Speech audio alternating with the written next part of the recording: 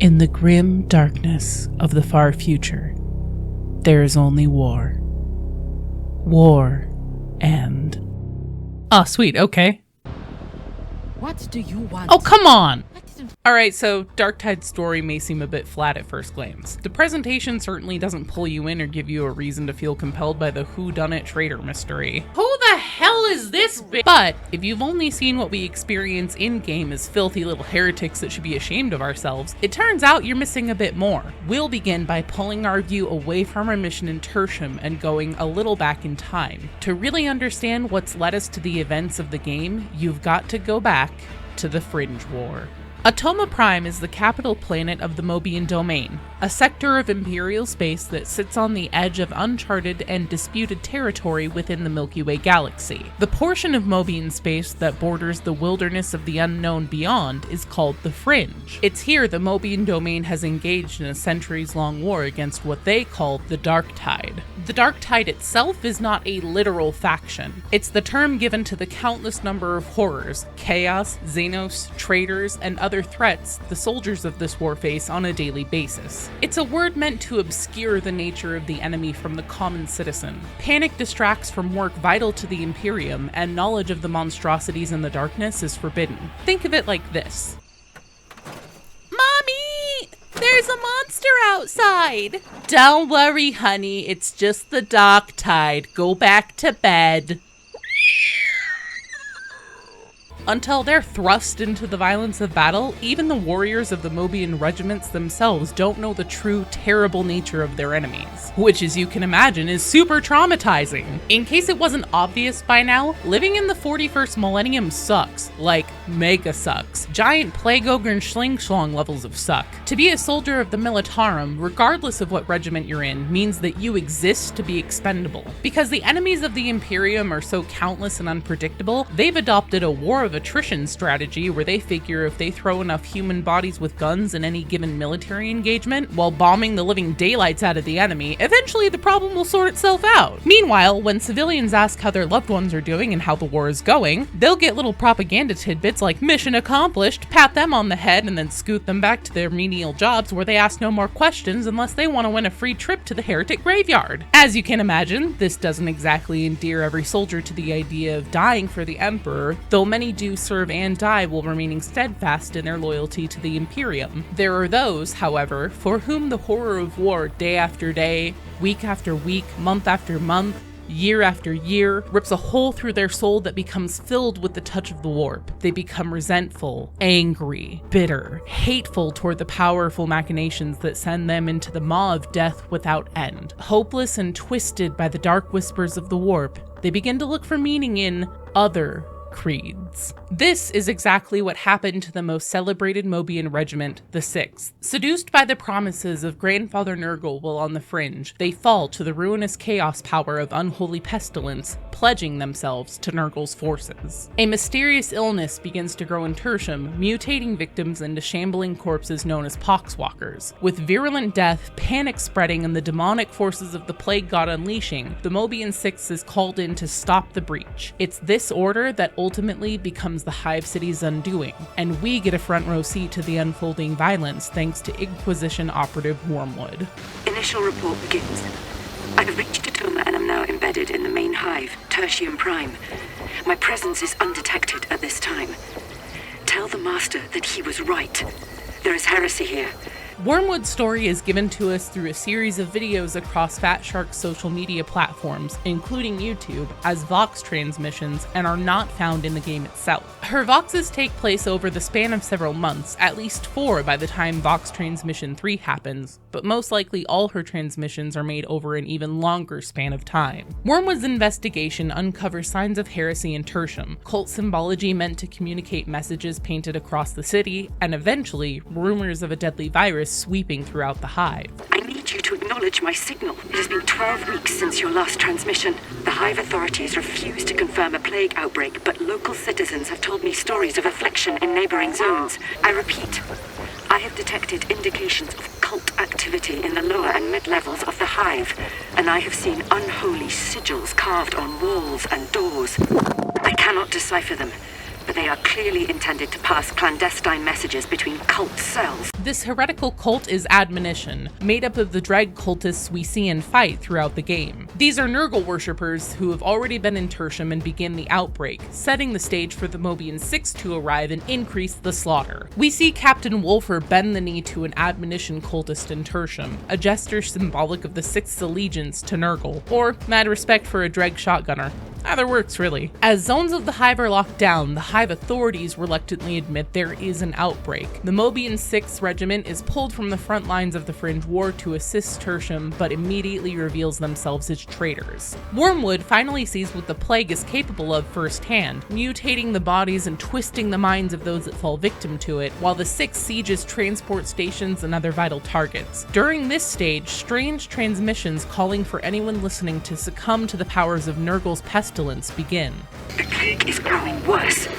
I can confirm 6 zones now locked down. The Hive authorities have now officially confirmed an outbreak of pestilence, in evidence of it with my own eyes. This plague, this pox, it is the work of chaos. It deforms and ruins those infected in the most hideous ways, and provokes manic behavior and demented raving that is And you hear the voice of truth? The Mobian 6 begins an outright slaughter of citizens, terminating anyone that doesn't fold to the power of chaos, leaving Tertium defenseless and without a reply from the Morning Star. And celebrated regiment has turned. Throne, save us. They are attacking the Hive and intend to kill us all.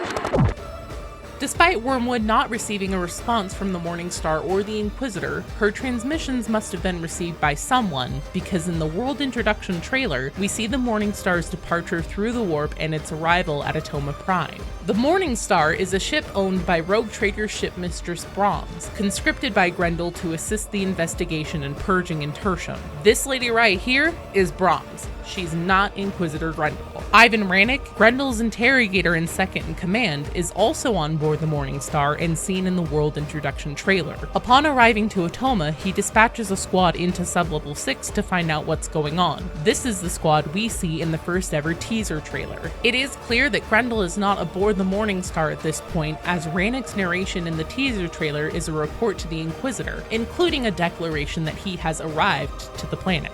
My Lord Inquisitor, I've reached Atoma Prime and begun our investigations.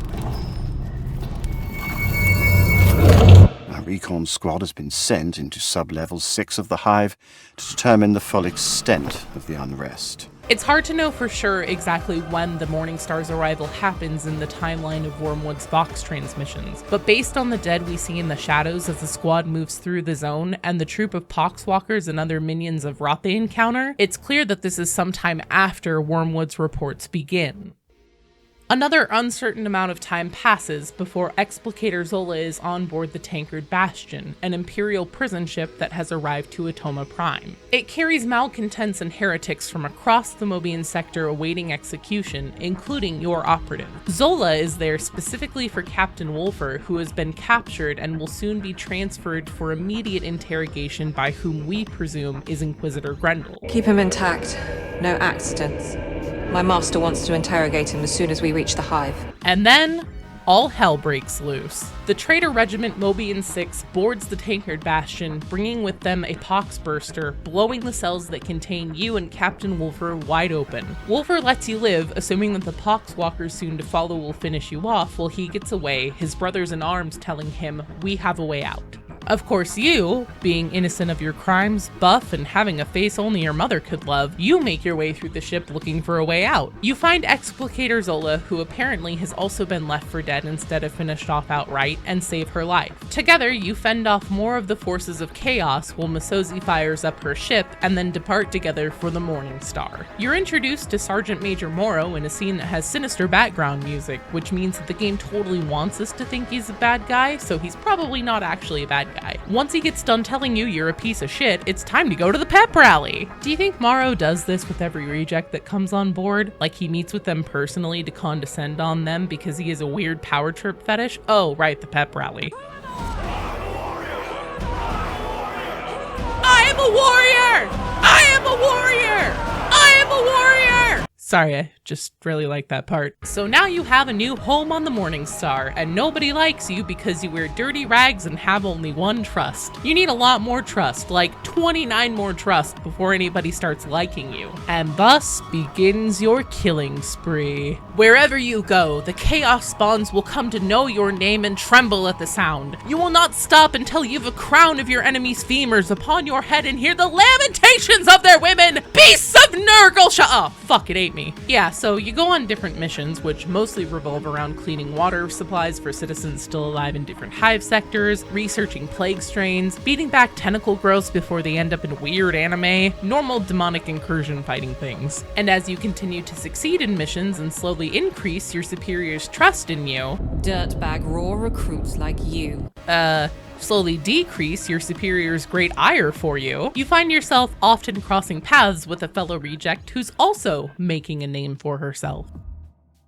I'll preface this part by saying spoilers, so if you're new to the game and want to go into all the cutscenes blind, skip to this time. But before you do, know that you should be prepared to feel lost in the sauce when you get to level 30 if you're not very acutely paying attention to all the cutscenes. I'll just wait a second before I continue for spoiler skippers.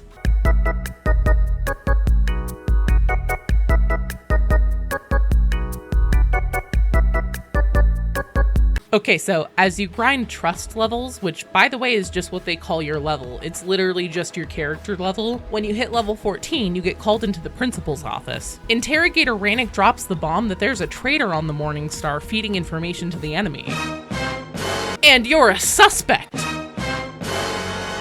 Really, everyone is a suspect. This is the Inquisition we're talking about. Their tagline is "Innocence proves nothing." So you're told the only way to prove yourself is to work even harder, make yourself valuable, and eventually Rannick will figure out if you're guilty or not. And thus begins your second killing spree. I am a warrior! I am a warrior! I am a warrior! I am a warrior! And every now and then you get treated to a little traipse down the Morningstar because someone wants to talk to you about how you're a suspicious and dirty little varlet who isn't working hard enough. But when you get to Misozi, things really start to feel like the higher-ups do have an insult fetish. What do you want?